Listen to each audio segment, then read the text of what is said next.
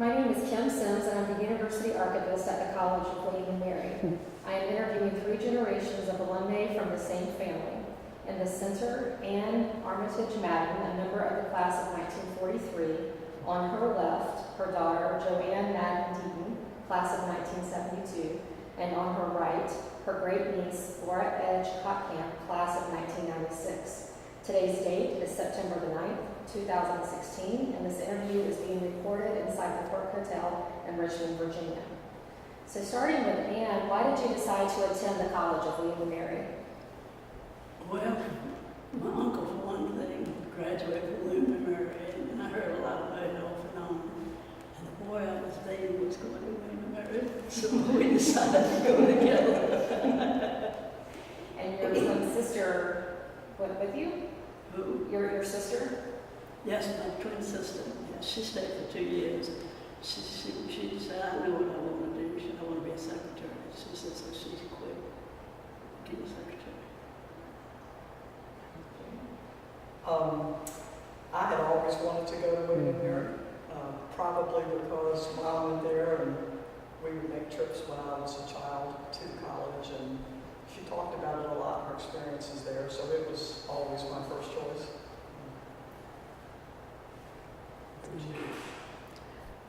So I'm like the bad egg in the family. I didn't know where I wanted to go. And I loved William and Mary because it was beautiful. And then actually I went to a governor's school program the summer before senior year, and then I fell in love with the campus. It's pretty hard not to. And I don't think, I knew that y'all had gone to William and Mary, but we're a nice family. Y'all didn't put any pressure on me to go. No. So what are your memories of your first days as a student at William and Mary? I'll start. It was exciting moving in. First time I had lived away in the dorm, and just meeting all the gals in the dorm and just getting oriented to the campus and unpacking. And Mom and Dad brought me and dropped me off, and I didn't shed a tear. I was ready to move on. Tell me when I went. What was your first day like? My first day, I had a twin sister, and we had to always turn around and curtsy to the statue that was in the middle of the walk, And we got there, and both of us had on their caps. The duck caps. And Beans. Beans, yeah. T and A on both of them. And we ran into this, what do you call it? Professor there down there. And he says, now who's Anne? Because we're supposed to, I said, I'm Anne. And he says, well, his Anne, Tane Anne.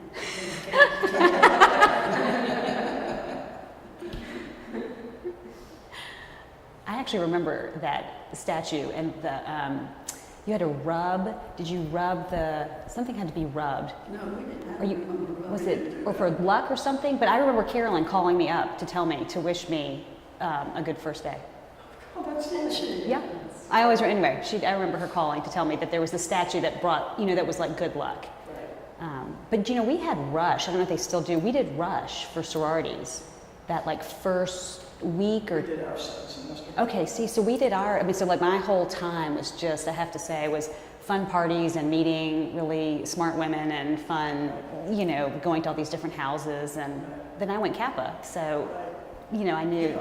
That was one of my, in high school, I don't know what it was like for you, but in high school, I didn't want anybody to know I was so smart, because generally speaking, the really smart kids were the really nerdy kids, and it was wonderful to go to William and Mary and meet these gals that I thought were just personable and beautiful, and I was like, wow, I'm at home. It was just great.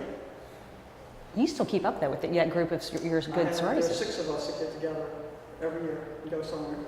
It's great. Women that you met? Women that I lived with all through college. Oh, wow. It was great. Yep. I'm going to go back to that later in the interview, but for point of clarification, Carolyn was Anne's twin sister, right? Mm-hmm. Yes. Mm-hmm. And the statue that you're referring to is the Laura Edge Kottkamp statue. The original that Ms. Ann remembers is actually inside the Stone Library in what's called the Bottom Gallery, and that's the one that William and Mary purchased from the city, the town, the tiny hamlet of Williamsburg in 1801. And then he had to be put away because it was damaged so much that what's out now in the Grand Courtyard is a replica, of course. Okay. And I forget what is wrong. I think it's his foot because I don't think you can get much higher than his foot. Yeah, probably ask the fraternity boys. They'd probably get higher. However, we probably stuck with a toe. There are some great photos of the freshmen always having to bow to silver bow ties, wearing their duck caps. Yeah. So you mentioned being smart and hiding that in high school, and that actually leads me into my next question, which is I've spoken with a number of alumni who have all said pretty much the same thing, which is while they were, the top of their class in high school or one of the brightest in their high schools, they weren't completely prepared for how challenging the academic studies were at William and Mary. They said they realized that they weren't as smart as they thought they were. This is true. Yes, this is humbling. What can you say? This is a bad thing. About the academic challenges you experienced at William and Mary. Yeah, well, I really can't understand everything she's saying, but It's when we were all in high school, we thought we were the smartest ones in the class. But when you got to William and Mary, you realized that maybe you weren't so smart. that's true. I mean, I didn't have any problem in high school, and I didn't know what was going to happen when I got to William and Mary. But things worked out pretty good. When I went to William and Mary, it was just around the sunken garden.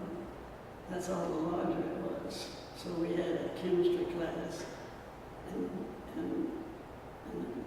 work we did. Then I went to the library and read to my next class. I read to the library, got caught up on all my history notes and stuff like that. So things worked out really good in the first year. I remember thinking I wanted to major in math, which was pretty unusual for a female anyway, but my first class in school was calculus. Who? I gave up that idea real quick. What did you end up majoring in? Econ? No, elementary education. Taught in school for years, but ironically, math came back around. I left teaching in 1985 to become a certified financial planner, so it came back around for a long time. I love history. We had such a wonderful history teacher. And I can't remember his name to save my life when he recently passed away. If you remember that. Anyway, and I went all the history classes that he taught, I went. And then I just go to the library and read to the next class. But I can remember looking forward to going to this history class. He could lecture history so good. And that's what I hated history, just because he was such a good teacher. So I majored in history. That was the same thing. I majored in history, I minored in French, but the history was so interesting to me. And they did such an incredible job, right? I mean, and you were in it, I did Civil War was sort of where I wrote my thesis. I mean, you were right there with like Robert Carter and the plantations and just what had evolved with Virginia. Yeah, well, in history, we started way back. 2 rivers down there, I can't remember what it was now. But it wasn't over in England, it went over in big part of Europe. It was way back over there for the whole year. And then we went into Europe and we went in England, worked out that way. I loved it. So how did attending William and Mary influence your life?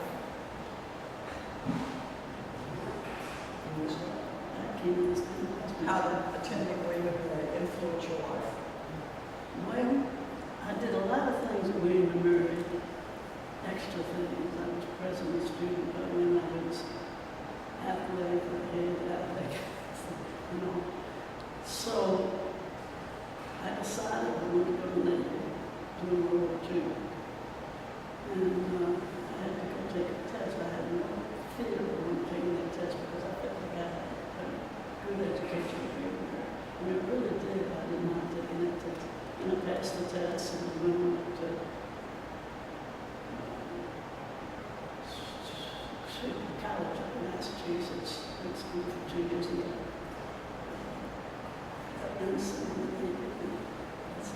speak up. I became an ensign in the Navy and came to serve in Washington.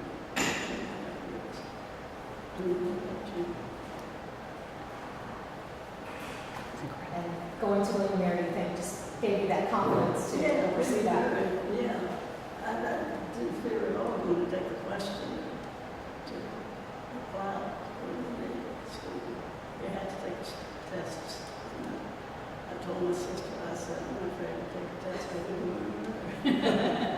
And I think that's true. Mm-hmm. You said you go to W&M and you find out that there are a lot of smart people out there, and but still, you make it through it, and you have this. I think it gives you a sense of confidence that you are smarter than the average bear, maybe, and I think it teaches you leadership skills. I think we've learned a lot of things that.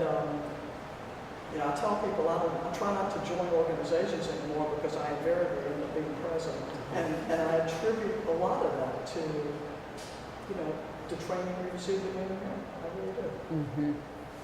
That is so true. Yes. That's nice, though, what you all said about feeling like you could be a smart woman at William & Mary. I went to St. Catherine's, so I had gone to a female school where you were expected to be editor of the newspaper. You were expected to be captain of the team. There wasn't a question. But what's interesting is that I got to William & Mary and I expected the same thing. And I don't think that was necessarily the case, but I'd already had that thought, right? That it was equal footing.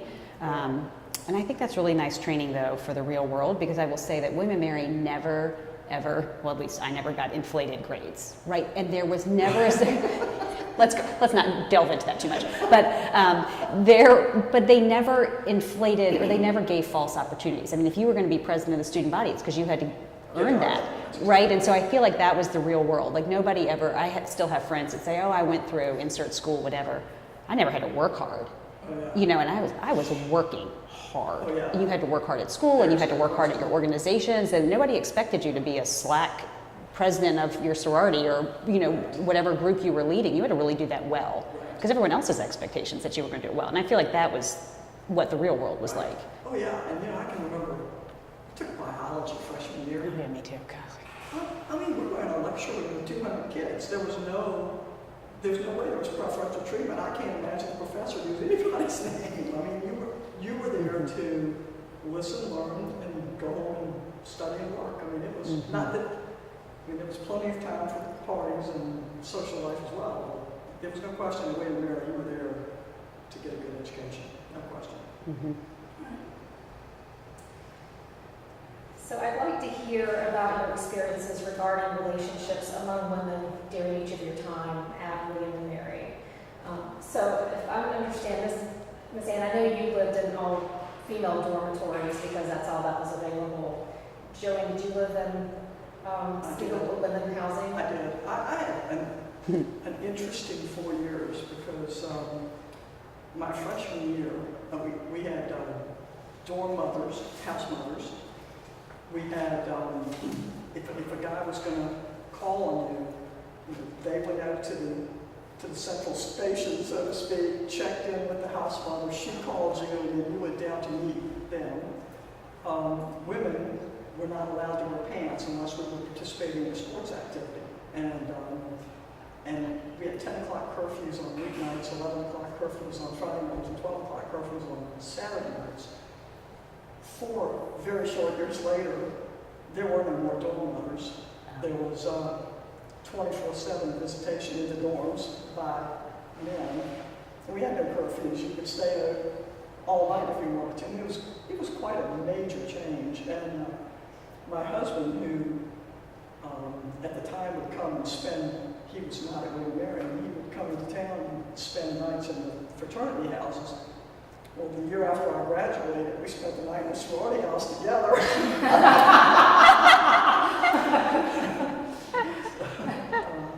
It was a big change.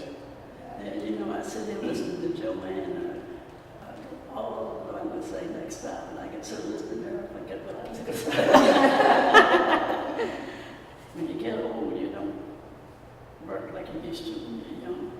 But I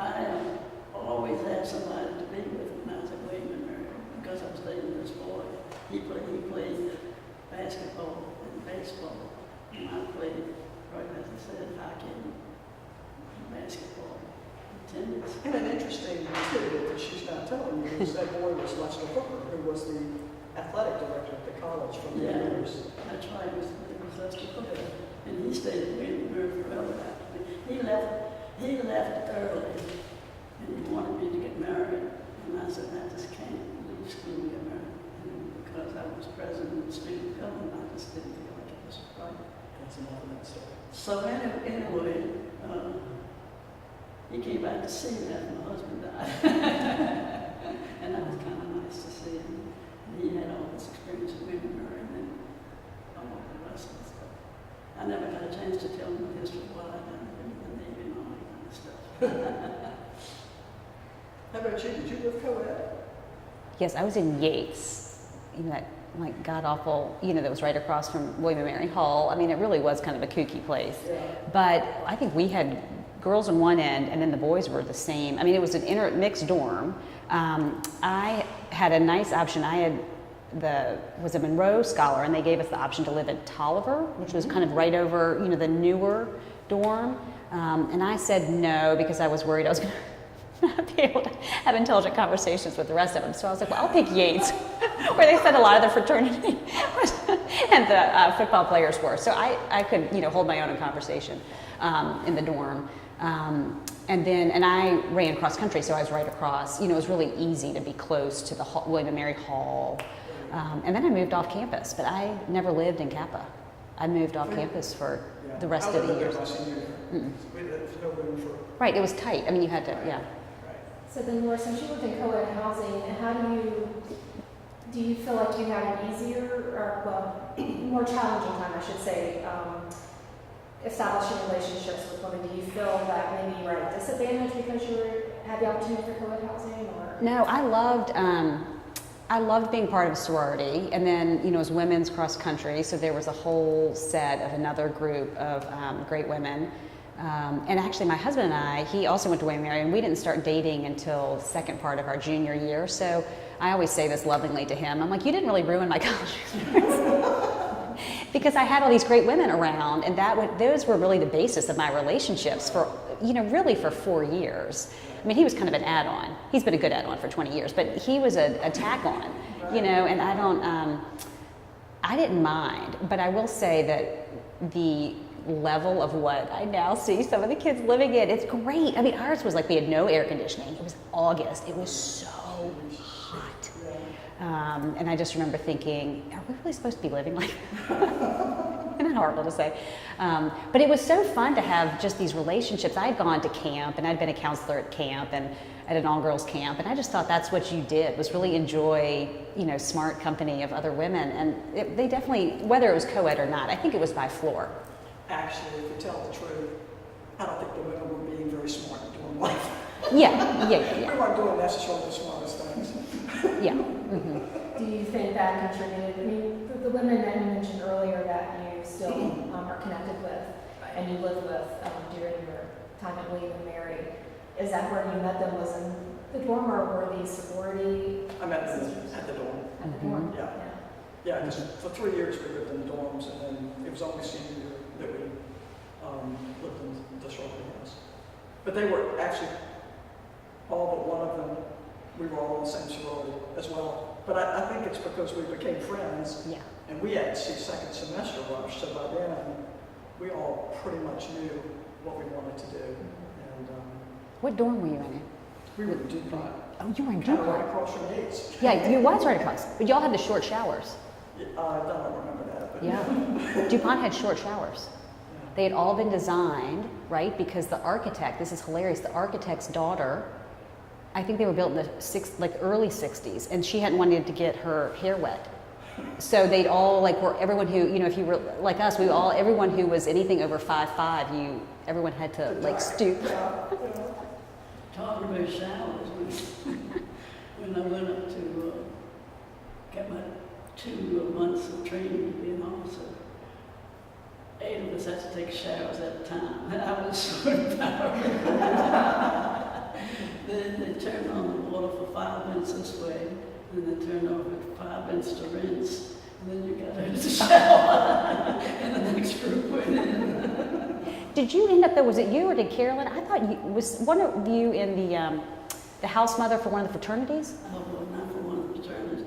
Oh, my junior year when I was there, William and Mary had 40 more girls coming in, freshman girls coming, but then they had room for they didn't have any place to put them. So they called me in and asked if I would mind being house mother to 10 or 15 girls. So we went up on the second floor of the Capitol building down there. It was just wide open like this, and we had cots. And I was a mother, and the first night we were there, we heard it boom, boom, boom, boom, boom. And everybody got to think, what's that? And I said, I think it's a mouse. So I said, it sounds like it's in the trash can. So I went over and found something, put me was, and I put something on top of it. I said, he's going to thump for a little bit longer, but he can't get it. He's going to just get tired. So that's what he did. But I had a lot of experience, a good time with those girls. One of the girls, that brother over in Hawaii, when the Japanese came over there and bombed, and he was walking up the way right across from Arizona when the ships was bombed, and he went running, and he could hear, I could hear that thing coming down. I fell flat on my face like this, and Mom had spread stuff all over where he was, but he didn't get hurt. But she knew he was there, and she tried to call. She went down and got $25 worth of quarters to put in. She could call Hawaii, but they wouldn't let her go through. She'd not taking any calls to her Hawaii government. And he said, I said, call your mother. James called her, so she called her mother. And he had called and told her what the experience was, and he was all right. So was your role then to serve as like a confidant and someone to help them navigate their freshman year? Did you do it for 1 year? I did it. We only did it the time that they had more girls than they had room for. It was just 1 semester. Actually, first semester they could spread the girls out. They had them in homes, they had them everywhere. Didn't you tell me that your job was to make sure that they were in the curfew, and that they were following the rules? So like the house mother role, just not officially a house mother. I had to turn the lights at 11 o'clock to put it on my doors, and I said, I'm not okay. So did they ever try to get you to break the rules and let them? No, they were very nice with their girls. They really were. If I may deviate real quickly, unless you want to follow up something. I feel like I would be doing us all a disservice if I didn't ask you to speak some more of your role with the Navy. If you could go into more detail, because I find that, I mean, you just graduated from college, and then you make the decision to go into When I graduated from college, my twin sister was getting married that year. So I worked for the year in a temporary job, and then we drove to California. we were at a party, and her brother called and said, I'm already in San Diego, and I'm so bored and I don't have any transportation. He said, anyone who could try to call my car to him. And she said, wait just a minute. So she came in and asked me to mother me at the party. Said, my brother wishes he had somebody to drive his car. So we went over and checked the tires on the car because they're all been recapped. And the man said, if you don't go 45 miles an hour, you'll be all right. So Mother Carolyn and I sat up on the front seat of the car, it was a coupe, and we rode to California, 45 miles an hour. That took us 9 days. So tell about the Navy. What did you do? With the Navy, well, I went up and became an officer, and then I was sent down to Washington. And I wrote supply courses, boys. We signed the decision the way the officer we had to write orders for.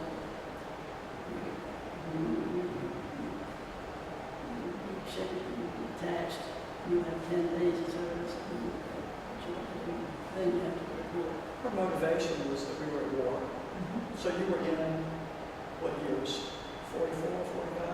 Yeah, well, 44, 45. And almost 46. And the test you took was so you could go in as an officer? Yeah, I have to go in as an officer, right. I had a good life. I had. Well, my next question is for you also, because you mentioned that you were into athletics, and so you played field hockey, basketball, and tennis. Right. And then in 1981, you were inducted into the Athletic Hall of Fame. I don't know what it was. Well, what are your memories of being inducted into the Hall of Fame? 'Cause that's a pretty big achievement, I would imagine. Yeah, well, of course, I did all the athletics down there. And we had a dinner party.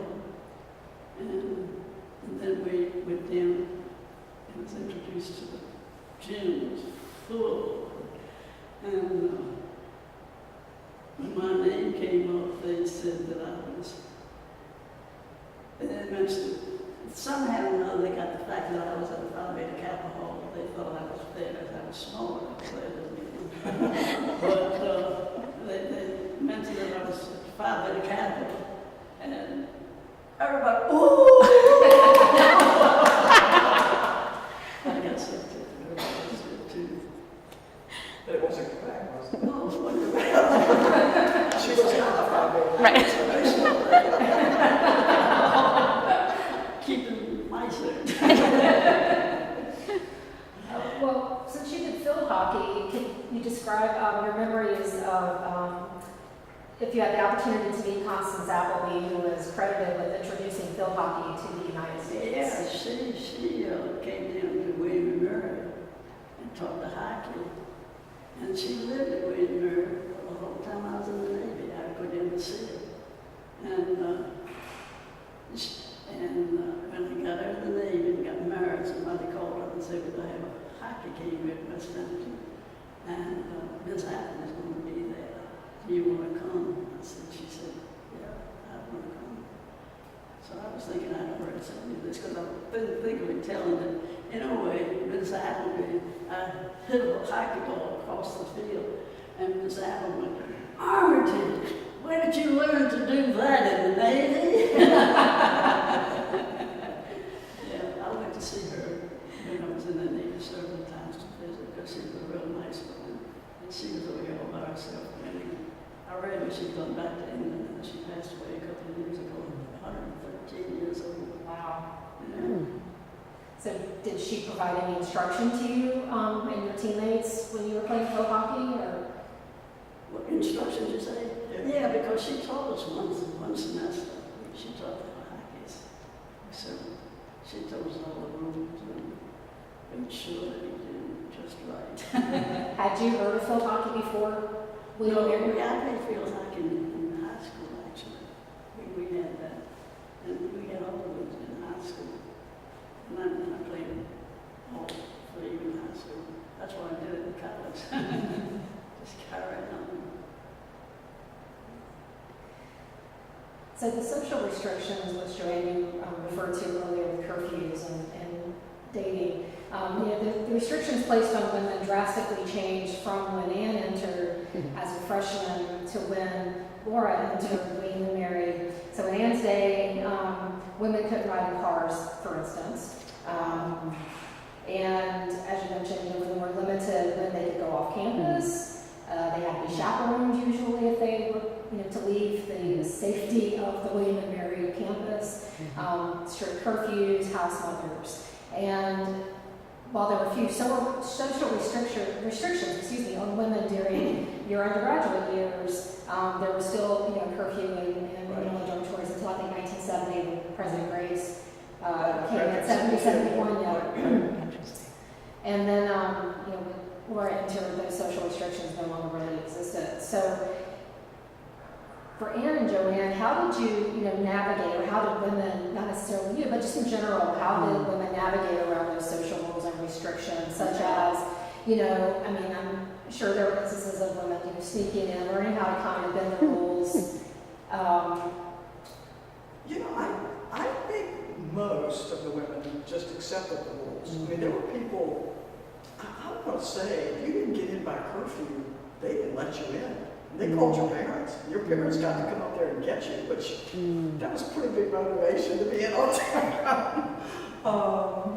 And as far as the dress code, I mean, we just knew that, you know, if we wanted to go bike riding or go running or whatever, they made us wear a raincoat into, you know, to cafeteria to eat. I mean, they were very strict about not letting us, you know, we couldn't throw on a pair of shorts and go ride a bike and go eat. You had to get a raincoat so you could go to dinner. Where were your shorts? This was now on campus. We could certainly go to the pizza place and stuff like that and do anything we wanted to on campus, you know, off campus. But on campus, they were pretty strict. So, but I tell you one thing, I just thought about this as you were talking about it. I had been dating my husband since high school, and we broke up when I went to college just because I wanted to, you know, be able to be free to date around. But we got back together, and my 4 years in college, he was in the Navy, and he was getting out in August. And I was going to be an elementary school teacher. I'm sure you don't even know this, but anyhow. So I told Laura, I said, there is no way he's going to get out of the Navy in like August the 8th. And I had to report for, you know, first year teaching like August the 15th. I said, there is no way I'm going to get married, try to set up household, and, you know, start teaching school. So we decided to get married in January of my senior year. And it turned out to be difficult because we took exams like the end of January. But the long and short of the tale is, I went through and got it all worked out, all my professors allowed it, and I became the first married woman ever to be allowed to live on campus at W&M. I literally moved right back into the sorority house, and he went off to the med in the Navy. So yeah, it was pretty amazing. was it difficult to get them to agree to that? Ironically, no, for most of my classes. I don't think I could have been taking PE in my senior year. It was something like my PE teacher who said no. I had to go over his head to get permission to do it, but everybody else. I took exams before Christmas. You know, it was a lot of work on my part, and some work, I guess, on their part to have the exams in advance, but it all worked out. I can remember we got married in early January. We went on our honeymoon to Florida. I actually stayed, he was on a ship in Florida, and I stayed with Liz Tarpley, a sorority sister who was married down there. Her husband was in the Navy, was an officer in the Navy. And I missed study break, I missed sorority rush, and I came back, I think, mid-February and finished my senior year. Wow. But just one more funny story. Sure. I graduated in May. John was still in the Navy, getting out in August. And because we were married, I was able to fly on a dependence flight to Greece. So we checking into our hotel, and it's big, 30-story hotel. We get on the elevator, and this guy says, "You American?" He said, "Yeah." He says, "You ever heard of Virginia?" And I said, "Yeah." And he said, "You ever heard of Williamsburg?" And I said, "Yeah." My husband says, "Yeah." He said, "My wife just graduated 2 weeks ago." He says, "Well, my brother and I are in the corner deli." And he says, "I am just getting back." He runs it for 6 months, and I live here in this hotel for 6 months, and then the other 6 months I'm there, and he comes back over. Isn't that a small world? Wow. It's pretty amazing. It's amazing. Yeah. Yeah, I was in the Navy, and I lived in a house with 4 other girls who were Bureau of Naval personnel, and we always went together. And we would have to walk down to this corner, and the car, we rented, a man said, I can't drive the car unless I have it full to take people. So I went at it, and all of us would jump in the car and sit on top of each other. And he said, don't slam that door, don't slam that door. I don't know how long I took him out to drive in this car. We ran on there and took us right up to the reverse.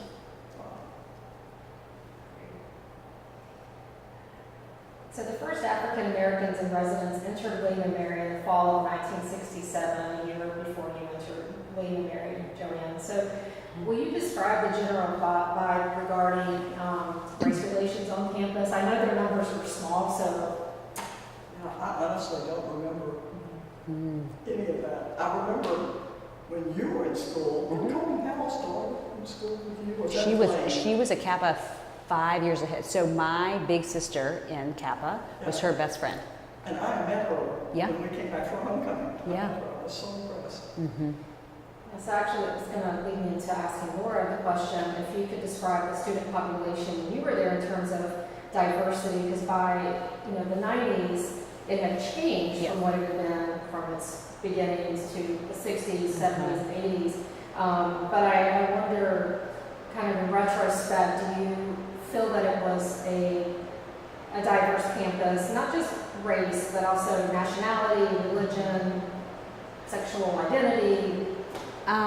The sexual identity part was not an emerging issue then. I think that was still probably very quiet, or I have no recollection of that part being an issue, that we were aware of or that we were supposed to advocate for.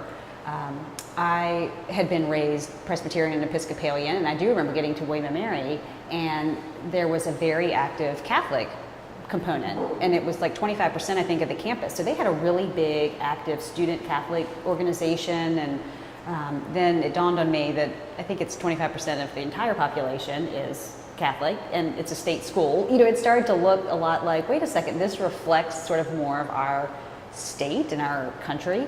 I had never met people from, Grundy, Virginia, or Big Stone Gap. I mean, there were people that lived further west than Detroit in the state of Virginia that had come to William and Mary, and it really had never dawned on me. But I do remember calling up my father first or second day that we were there, maybe the first week, and I said, Dad, there are all these people from Nova.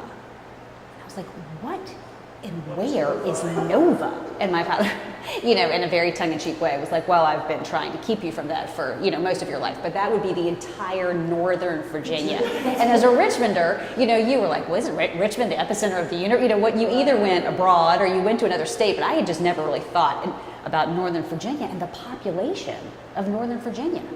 I mean, that was sort of my first realization of how big Virginia is with the Virginia Beach population and the Northern Virginia population. So we had a ton of folks from Hampton Roads and, Norfolk and that whole, and then all around Reston and Sterling and Alexandria. And I mean, the schools up there, of course, that just generate, every valedictorian just came right down, right? And you thought, I didn't even know what had hit me. I mean, I didn't stand a chance at throwing off a curve. I mean, it was, they were incredible. So I will say, though, I remember specifically looking back and someone asking about population and composition, and we did not have a large diversity component still to William and Mary when I was there. I think the diversity came in economic backgrounds. The gift was there were a lot of people that had shifted in with Northern Virginia through military, so people had lived in really interesting places. And I don't know if we had a lot from like sort of New Jersey, sort of that northern Pennsylvania. Yes, they were great. I remember Cherry Hill just did a great job with the field hockey team. The lacrosse team was from someplace in Pennsylvania. There were just these huge chunks of, and my husband's from New York, so that was. He's the greatest example of, how you get in great folks from just northern states. I had not met a lot of those folks before. It was interesting to me. And the same thing. Okay, good. Yeah. Even the Stanton, Big Stone Gap, Buffalo Gap, all that place. I met. No. Just didn't know people about No. When I went to William and Mary, we had a new football coach. I like athletics. And William and Mary never had a decent football team. Never had. And he had gotten all these guys from Pennsylvania and coal mines and so forth that all had accents. And they could play.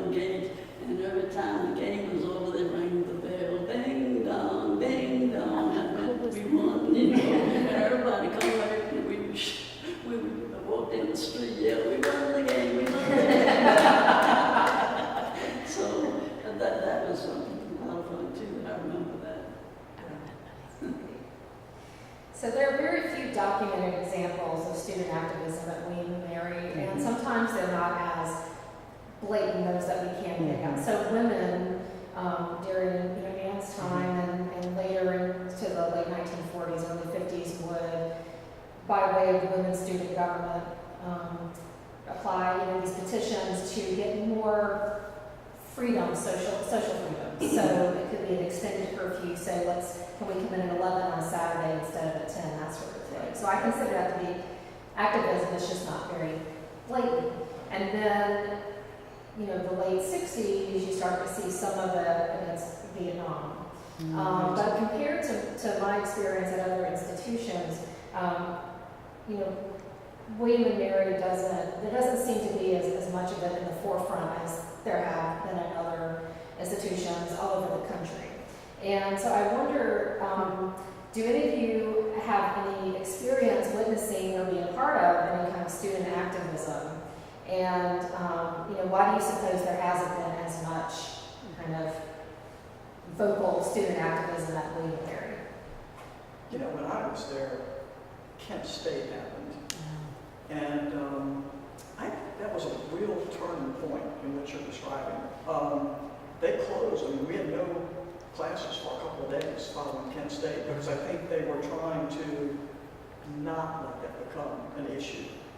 But Mom and I were talking about it just a couple of weeks ago. We said, that we were asking a question because I said, these people on television now, these reporters go around and they interview people and they're talking about can you tell me who the Secretary of State is? And these kids have no clue. And I say, you know what?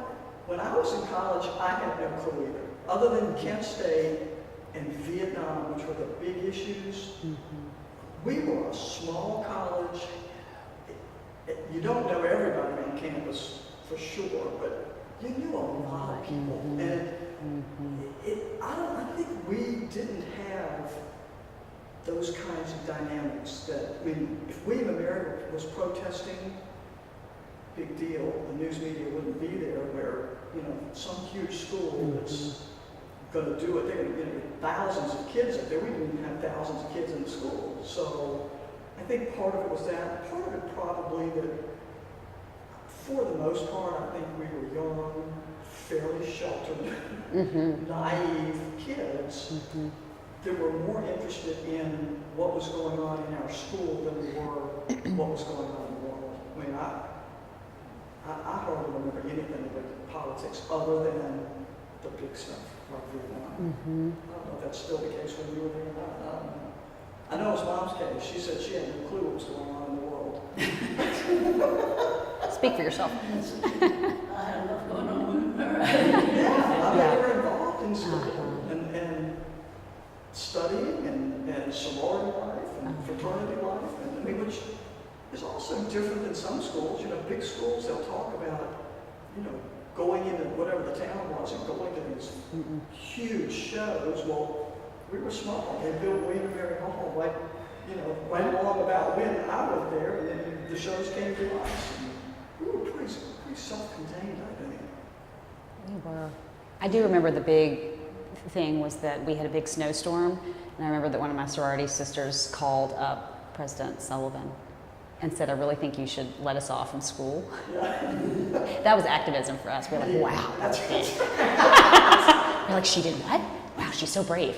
I actually look back and I'm sort of embarrassed. We missed the Rwandan genocide. I missed it. Missed it totally, yeah. And again, I was probably busier than some, and I wasn't paying as much attention probably as I should have been, but how do you miss that? I look back and just think, and I remember talking to a good friend, a sorority sister, and saying, well, what were we doing that possibly could have, but I don't think the television was on. You didn't necessarily subscribe to the newspaper, and we didn't have social media, so you were missing an outlet that would have taken a phone call, or probably a dinner home with your parents that would have updated you on something like that. Exactly. Well, we didn't have much way to communicate either when I was doing the war when I was in the Navy. One of my roommates was from New York, and she invited me up and we spent a weekend with her. And we were walking in the street. Hey, Ellen, how you doing? It's one of the guys from W&M Alumnae. He came up and we sat there and talked for about 15, 20 minutes. Wow. It's such a small world. All the people in Yeah. New York, and he runs into me when we see each other. It's pretty amazing. That's awesome. Yeah, there's, some interesting insight, I think, to William and Mary choosing, at least maybe up to the past few years, to remain a small school and to not try to expand as much as a lot of other state schools have. VCU was one of William and Mary's, what I call their children, and ODU too, and they were Huge. huge. And there's board of trustees, or board of visitors records where the board of visitors is saying, we want to keep it small for a lot of reasons, not so much to keep people, for be insulary, but to have that ability to maybe not know everybody on campus, but have that the ability to know as many people as you possibly can, to where when you're in Greece or you're in New York, you run into people from Williamsburg, whether you went to school with them or not. But then part of that is that kind of what contributed to why there's not been a lot of student activism. I interviewed an alumnus who said the reason he came to William and Mary in 1971 was because it wasn't known for student activism. Right. He didn't want to go to a school that was like a Kent State. Right, exactly. Exactly. Very interesting. Yeah, it To is. me. It's probably still that way. Even though I think you mentioned social media, it's hard not to know what's going on on social media. Well, just last year when the local Black Lives Matter movement, and it's students usually, I think at least one of them is a graduate student, they wanted to come through the library, which is a very popular spot for students, I guess it always has been, for studying and hoping to, energize students. And it actually had the opposite effect because the leader's name is Travis said, the students were studying. Oh, wow. You're making a lot of noise, you're interfering with our study, and it was the opposite. They didn't want to join in, and you're Right. Leave us alone. Yeah, leave us alone. But Joanne, you said something, and I feel like maybe some of the insight is that if I had to categorize or broad stroke William and Mary folks, kind of like hearing what you're talking about and what you've talked, we're doers and we coalesce organizations and we run them better or more efficiently, or we get things done, but I don't think you've got a lot of pot stirrers. Like, I don't think as a general rule, people at William and Mary were like, we're gonna shake this up and we're gonna break it apart. It was like, okay, this is a job to be done. I mean, most of my people we were doers, and I just think you're almost drawn to you gotta study and you gotta get your athletics done and you gotta get your extracurriculars done, as opposed to could we really dream outside the box and really throw away the model. That's not a right or wrong. I just think that was more. I don't know that I foresee a time when William and Mary students will overtake the academic administration like has been done at Duke University, for instance, a couple of times now. I don't see that being something that William and Mary students will do. The ones that were the activists back then, at least, were the weirdos. And it was a small, don't you think? Seriously. Drugs had just come in. Drugs were a big thing when I was there. It was the beginning stages of drugs, and the people who were using the drugs were shining. I mean, it was not, I don't smoke pot, I'm sure that went all over the place, but anything more than that, it was Not really mainstream. shining. The people who were doing it were shining.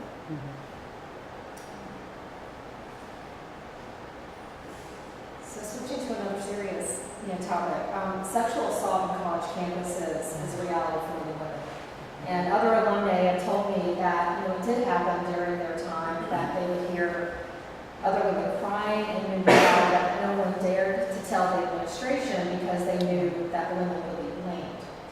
When the dorms went co-ed, several people in favor of going co-ed remarked that the women would be safer because there would be a male presence around to scare off the bad guys. However, women can, as we know, and are raped by men that they know and trust.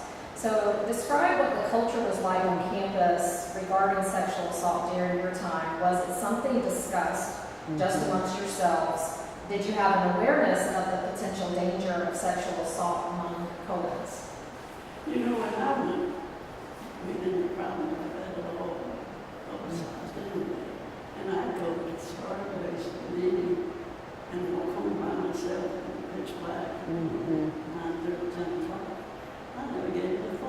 You know, and it's just like 2 feet blocks.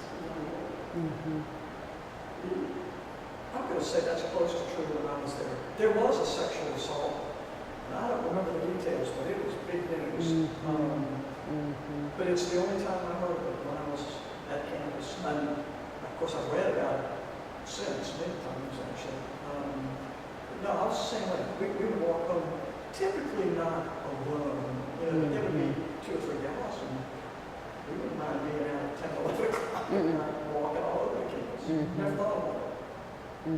Did you? I mean, was it worse I think- for you there? I think there was, looking back, I think there's still sort of a false sense of security. I think that we probably just put a lot of faith in the fact that Williamsburg was a nice place. And I think when we were there, things were starting to get a little mixed up with folks, you know, that it had gotten a little bit bigger, right? So there were more people living off campus, and there were more folks from the town. They weren't to blame, but I think you had much more interaction with folks that weren't just your immediate, somebody you would know, Right. even though that's not always 100% safe. But I think you started to have, oh, that might be a friend of a friend, and Right. he lives someplace else, or maybe he's in grad school, or he's working someplace. So I think that was starting. My husband did a lot of volunteer work, actually, with the hotline, for the sexual assault hotline. That was, he had a family friend, had something happen, and that was a cause that was near and dear to his heart. And I think he was aware of a lot of things that were going on that I probably wasn't as aware of. Right. I think that had started to be a much bigger problem.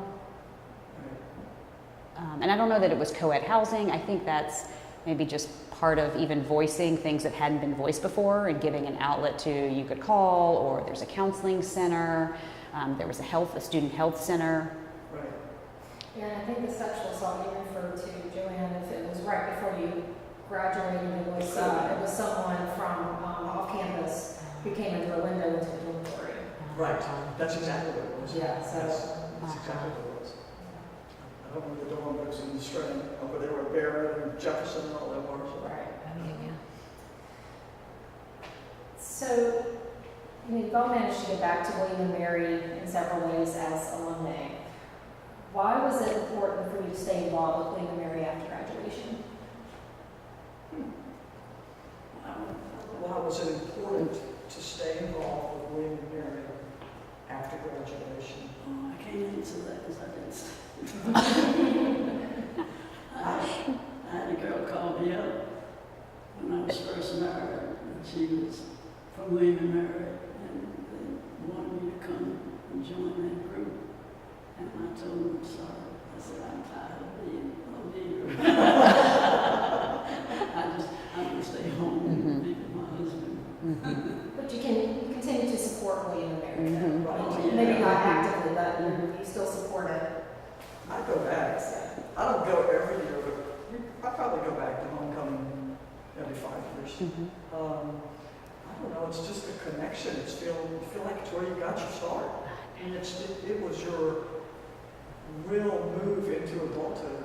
And while I think we were still kids, you know, it was where you prepare for the job you're going to have. And I mean, in my situation, you know, form lifelong friends. And it's an opportunity for me to go back every 5 years and see people that I don't sleep otherwise, haven't kept up with otherwise. But, you know, it's really special. And I don't know, there's a connection. It's going to the Kappa house. I mean, it's just fun. It doesn't matter that these gals are 20 years old. There's a connection there, and I love it. You know, it's just great. You know, I think there's a draw. There's like some sort of centripetal force that pulls you down, right? I mean, my car still like pulls off right by the Camp Peary exit, you know, and it knows just where to go. And I mean, I was fortunate enough to work there at the business school for a few years. That was just a gift to be back kind of on the other side. And of course, a brand new, beautiful building. I mean, I'd been a history major, so I'd never gone in the business school, but the Mason School was gorgeous. And Sam Sadler had been our vice president of student affairs, and he had really just been such a wonderful mentor when I was a student. And then to go back and talk as a professional, you know, I mean, that is incredible. I worked for him when I was in college. I mean, Yes, right? It's amazing to think that because all this difference of time, and yet what the impact he made on the school. Oh my What God. are some of your favorite memories of Sam? Because we're still quite fond of him. Wow, it's amazing. Just, I can remember one time going to government, I had to take a class in government, and the man who was teaching us wrote the book. Yeah, I had that, yes. When we went to the class, he read the book to us. that's all. Yes. That's all we ever did, you know. So Saturday morning was the only class I had, 11 o'clock on Saturday morning. One Saturday morning, we went there and the class was full, and he hadn't come down. We sat there and we talked for 10 minutes. I said, I'm going to go down and see if he's in his office. So I went in and I peeked in, and he was there reading. I didn't say a thing. I came back. I said, he's back there reading. I can leave. We all left. I don't know if he ever came to class or not. But we waited out 10 minutes. And Oh, yeah. That was the rule. If you waited 10 minutes and nobody came, if you ever listened to it. I I think did the we, same thing when I was in college. Yeah. Like, kind of government. I think we had the same rule. Yeah, Exactly. yeah, we had the same thing. I think we did too. Yeah. I don't know that anybody ever didn't show though. I'm not sure I ever got to use them. I remember calling. I had a terrific history professor. I guess she was my thesis advisor, Carol Sheriff, who, anyway, she was an expert on the Erie Canal. I mean, you know, like crazy things that you wouldn't, and again, she'd written all these documents, and I remember, of all random things, I had horrible earache. And I had to I don't even know, we didn't have email, right? Like that was, you know, and I remember having to call and say, this sounds crazy, but I had to go to the, you know, emergency room last night. You know, I had this earache. Can I take, you know, a test like a day later or something? You know, and it was a big deal, right? Because, and I was head of the honor council, and I remember she was like, you can, you know, I just need you to not talk to anyone. But, you know, you felt like you were being treated as an adult. And I think that's what actually, that was my favorite part about Sam, is that he treated you as an adult, even when you were not quite to being an adult. He treated you with respect. He always treated you with respect. But I always thought that was kind of his gift of, you know, being a great educator, was he sort of made you feel like you were as important as anyone I else. think that's true. But I felt like there were some professors that did that. There was one in particular who told me he just didn't really like me. That's why he gave me a C.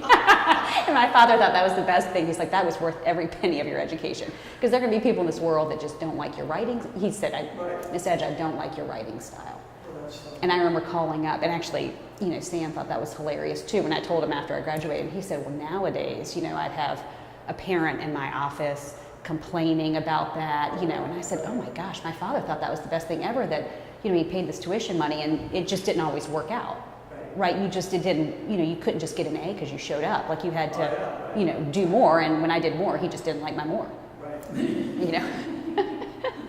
He's like, that was the real world.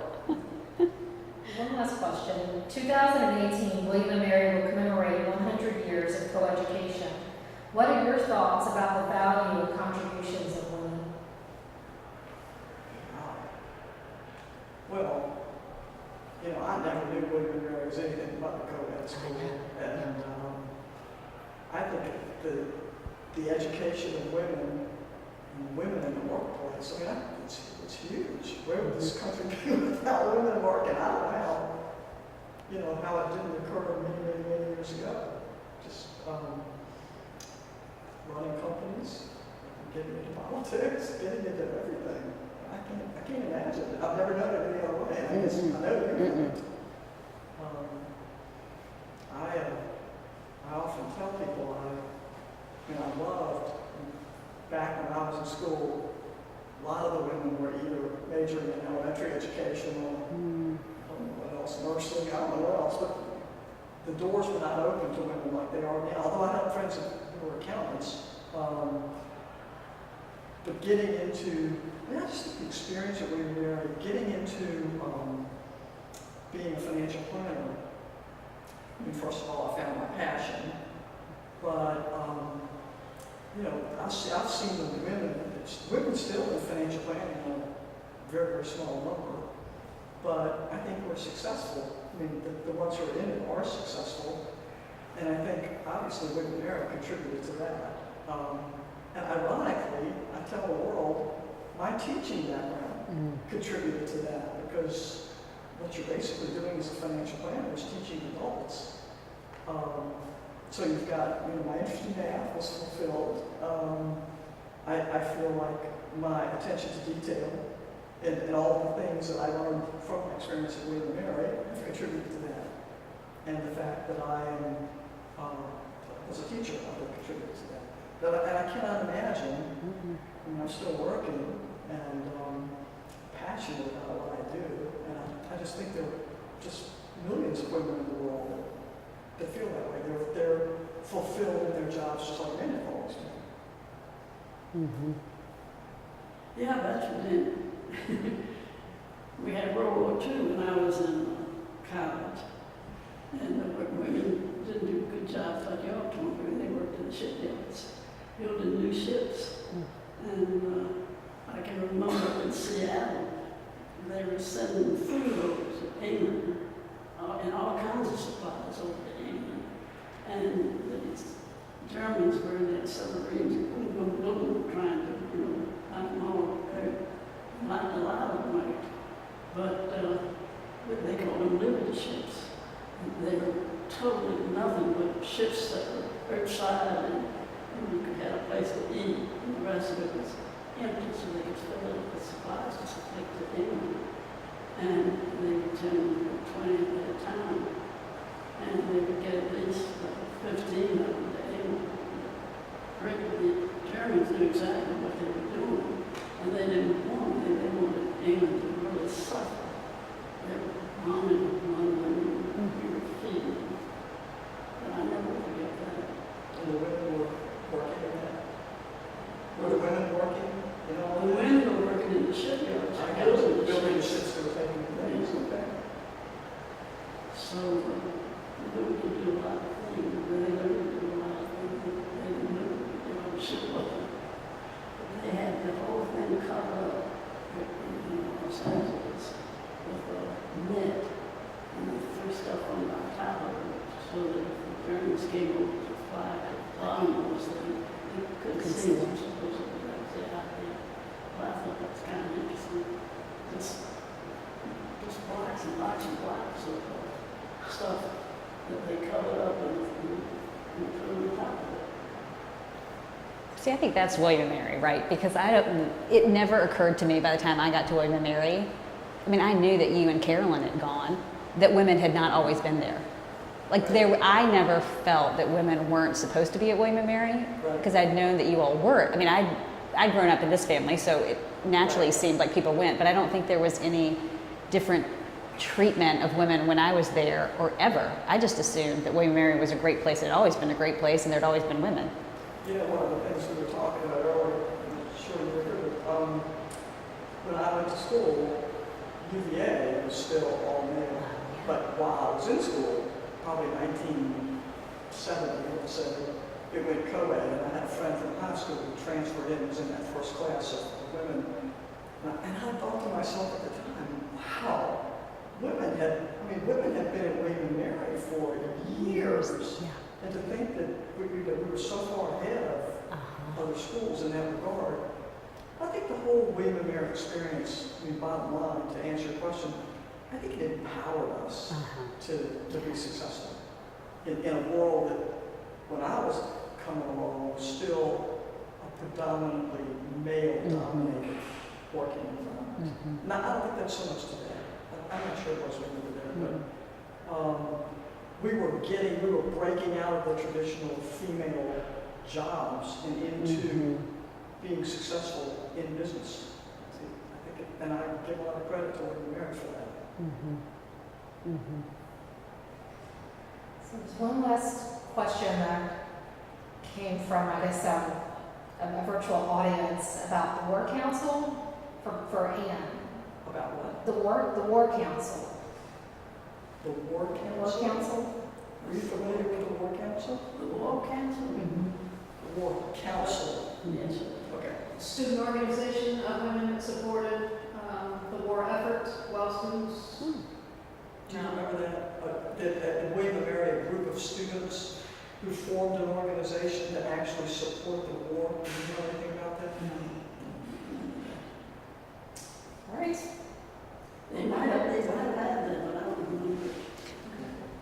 You were playing basketball.